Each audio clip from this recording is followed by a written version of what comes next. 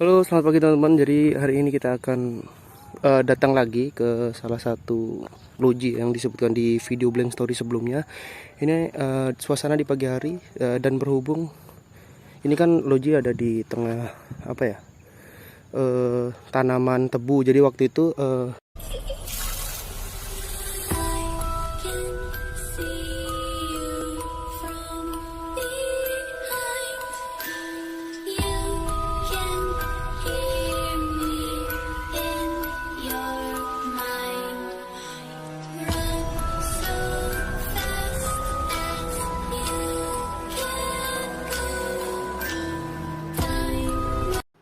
Assalamualaikum warahmatullahi wabarakatuh. Halo sobat Blank Story, kembali lagi bersama saya Vin.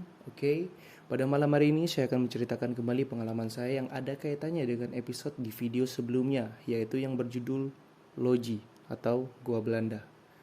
Beberapa waktu lalu cerita tentang Loji ini sempat dibahas oleh Bang Darwin dengan bantuan dari Bang Aaron juga, dan video tersebut tentang Loji sudah terupload di YouTube Blank Story ya. Kalian bisa cek di video sebelumnya.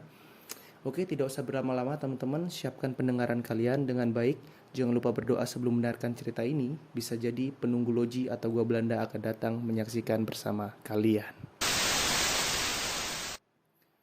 Oke, kejadian ini terjadi kurang lebih 1 bulan yang lalu setelah perilisan video yang mengangkat tentang masa lalu Loji atau Gua Belanda, yang waktu itu diceritakan oleh tim Blank Story sendiri ya teman-teman.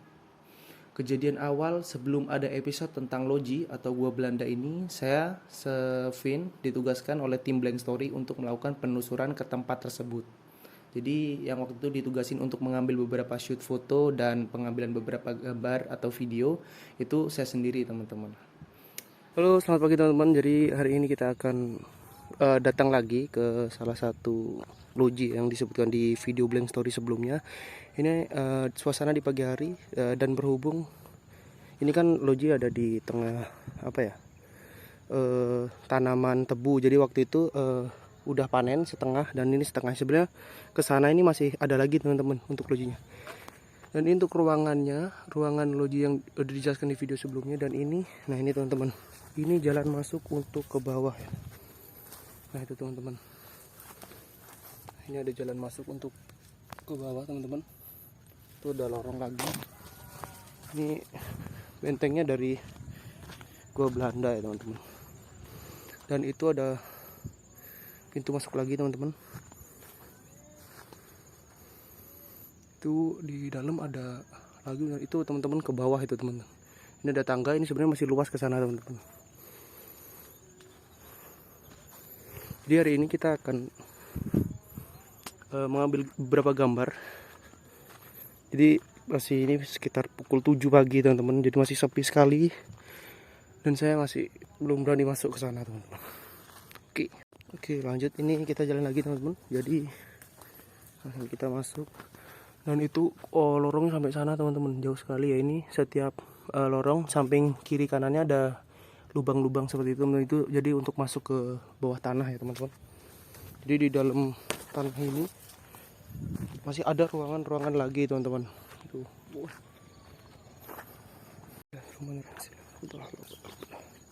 oke teman-teman, hari ini kita mau naik. Kita coba cek ke atas teman-teman. Nah di atas seperti ini teman-teman. Jadi hati-hati ya teman-teman, ini bangunannya udah banget. Nah itu teman-teman, jadi di bawah ini ada lorong-lorong, itu lubang-lubang itu kayak jendela teman-teman. Jadi ini masih sampai ke sana. Di sana ada lagi teman-teman seperti ini juga. Dan ini tembusannya dari sini sih katanya teman-teman. Kita gak berani ke sana teman-teman, bukan karena apa, karena takut nanti kemungkinan, karena ini udah lama, takutnya ambrol teman-teman. Jadi ruangannya cukup luas.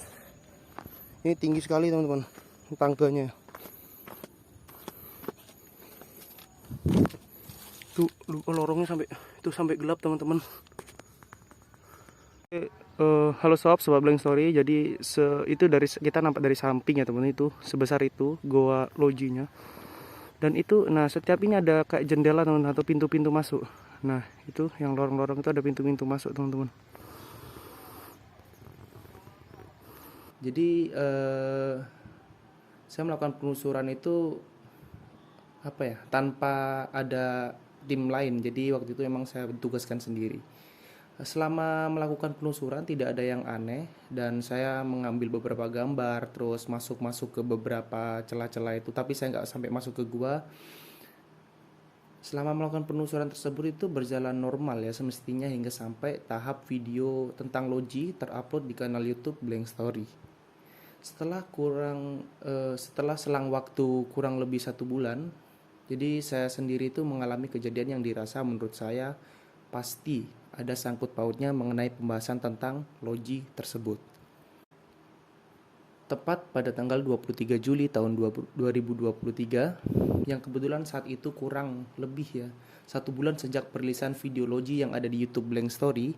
Pada saat itu saya sendiri mengalami kejadian yang sangat membuat saya takut dan terkejut, sedikit terguncang juga karena pada saat itu saya yang mengalami kejadian itu dan saya berada di rumah sendirian.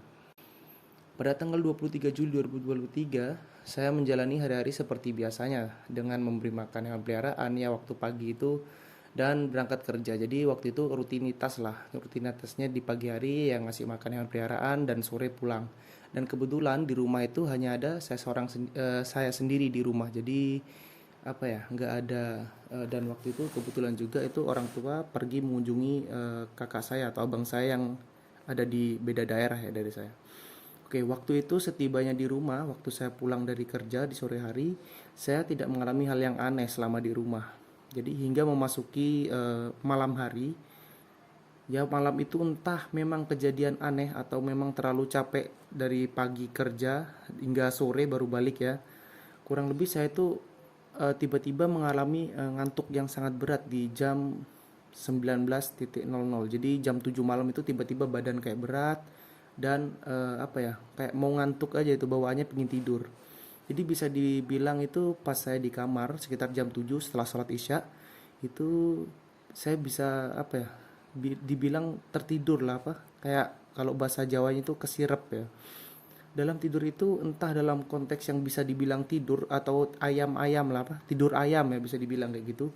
Saya sadar waktu di alam bawah sadar saya itu saya berada di Logi atau di gua Belanda yang pernah saya datangi waktu itu. Dan anehnya saat saya berada di dalam gua tersebut, yang membuat saya terkejut ketika saya berada dalam gua tersebut sangatlah gelap. Dan ada secelah cahaya yang merupakan jendela dari gua tersebut. Jadi nanti kalian bisa ada gambaran ya tentang ini, gambar asli. Jadi itu ada gua-gua itu dari Logi tersebut. Nah, saya itu posisinya waktu itu di dalam gua tersebut. Jadi saya melihat dari dalam keluar. Dari dalam gua saya melihat di sekeliling gua tersebut itu apa ya? Waktu itu kan sebenarnya ini di lahan tebu. Jadi gua Logi ini areanya di tengah ladang tebu, teman-teman.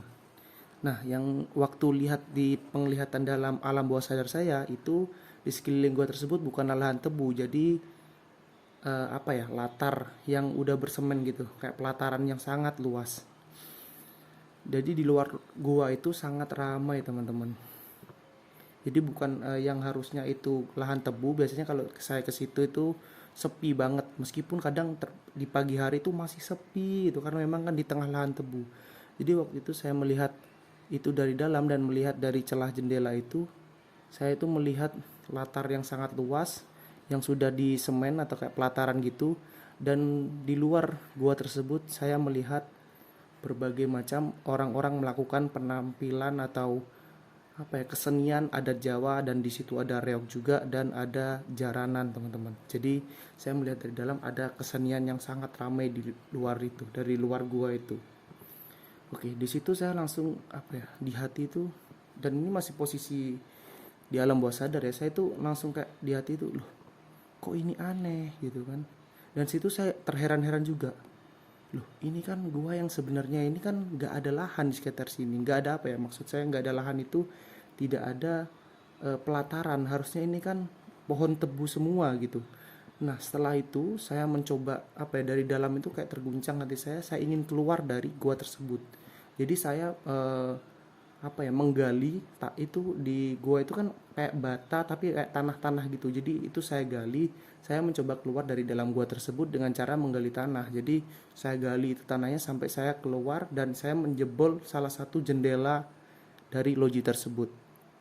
Setelah saya dapat keluar dari gua tersebut, seketika yang tadinya ramai, ada tari-tarian, ada kesenian seperti reok dan jaranan, tiba-tiba orang-orang di sekitar situ yang menyaksikan dan melakukan kesenian bubar semuanya, berlarian ke sana kemari seperti ketakutan. Jadi waktu saya keluar, orang-orang yang di sana yang tadinya riang gembira, kesenian-kesenian, pas saya keluar dari situ tiba-tiba ketakutan, lari ke sana kemari dan kesenian itu bubar, teman-teman. Di situ saya makin bingung. Kenapa emang ya? Apa yang terjadi pada mereka ya? Di situ juga saya bingung. Gak lama setelah semua orang-orang itu pergi dari situ, apa ya, bisa dibilang chaos lah di situ. Suasana itu chaos banget, kayak rancu udah. Nah, tiba-tiba di belakang saya itu muncul makhluk dari dalam gua. Dia muncul dari dalam loji tersebut. Dia itu merayap keluar dari gua yang saya jebol tadi. Bisa dibilang makhluk ini itu apa ya?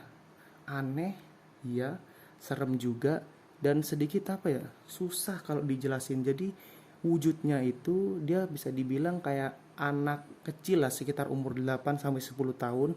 Dia memakai kaos warna hitam dan memakai celana celana apa ya, celana hitam gitu, dan jalannya itu merangkak, teman-teman. Jadi dia itu jalannya merangkak, jari-jari tangan dan kakinya itu panjang-panjang, teman-teman, dan tajam. Yang bikin aneh dan ngeri itu kepala makhluk tersebut bisa memutar 360 derajat. Jadi kepala anak itu muter-muter terus 360 derajat.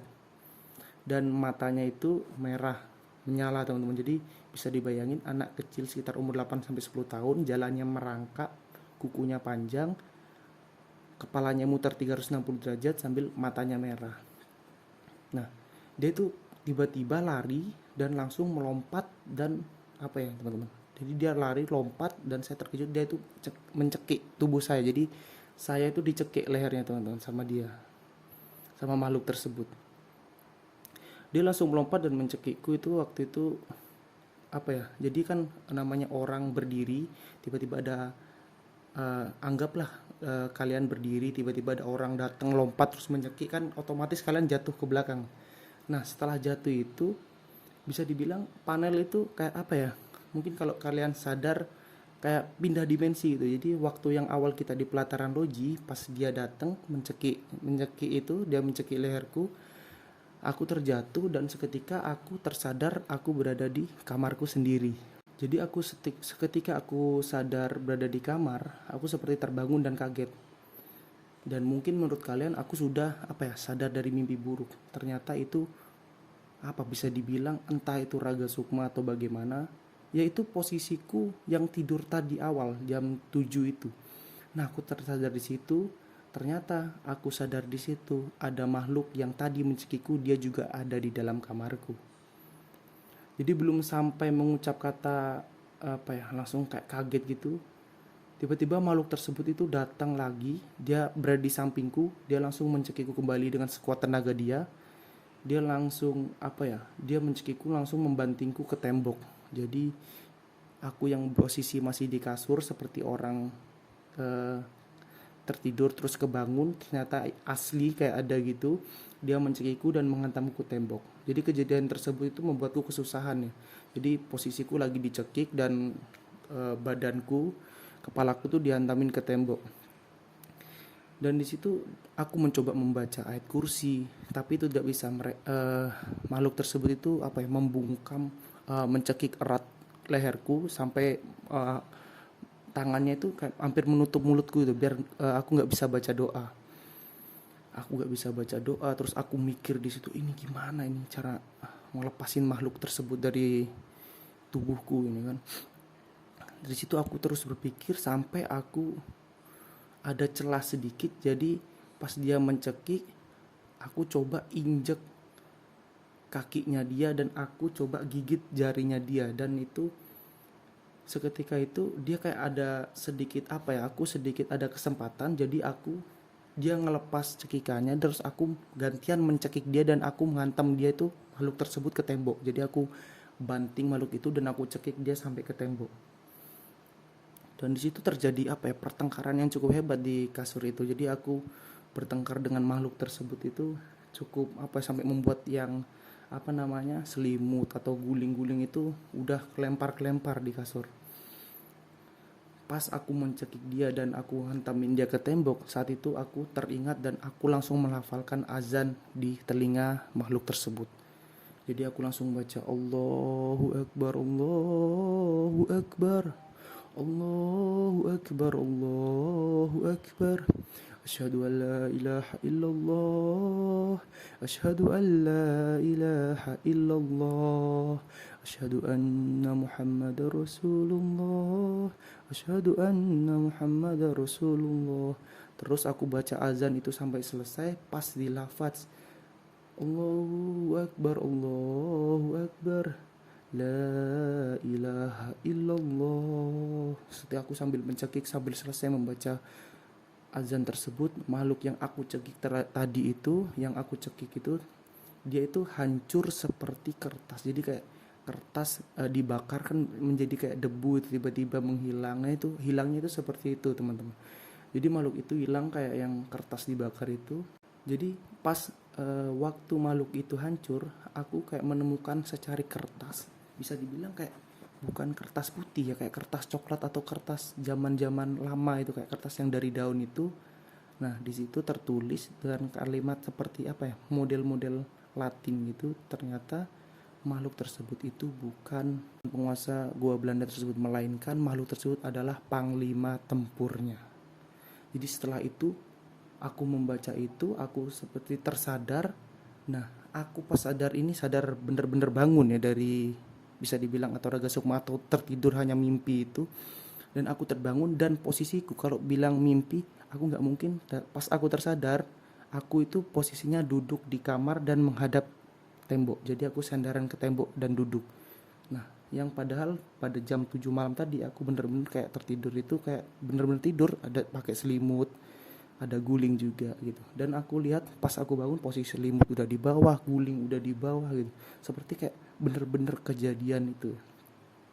Nah, dan kebetulan setelah pas itu sadar, aku teringat dan aku lihat jam, ternyata di situ masih pukul 1.30 atau setengah 2 dini hari. Jadi kejadian itu tidak membuat saya ingin tidur lagi. Jadi saya kayak shock gitu. Saya sadar ini mimpi atau bukan, atau memang aku tengkar sama makhluk itu gitu kan. Dan kebetulan saat itu saya menghubungi Bang Aron juga dan menanyakan kejadian ini. Dan hanya saja pas di setengah 2 itu Bang Aron juga pas malam itu mengalami kejadian yang bisa dibilang mistis juga. Jadi aku dan Bang Aron waktu itu pas cerita di jam 1.30 dan Bang Aron masih belum bisa menjabarkan apa itu, karena Bang Aron juga telah melewati dan mengalami hal-hal mistis juga. Jadi saya dari jam 1.30 sampai pagi itu gak berani tidur teman-teman. Dan itu mungkin ada kaitannya dengan saya mendatangi gua Belanda atau loji tersebut. Oke, jadi mungkin hanya itu pengalaman yang saya alami setelah kejadian loji atau gua Belanda. Apakah penunggu gua Belanda merasa terusik karena kehadiran tim Blank Story yang membongkar atau menceritakan masa lalu tentang atau tragedi tentang loji atau gua Belanda karena menyangkut banyak korban dan pembantaian? Oke, terima kasih Sobat Blank Story sudah menceritakan kisah yang saya alami. Sebaiknya buat teman-teman jangan lupa berdoa dan taatlah beribadah, karena sejatinya mereka itu ada walau tak kasat mata. Wassalamualaikum warahmatullahi wabarakatuh.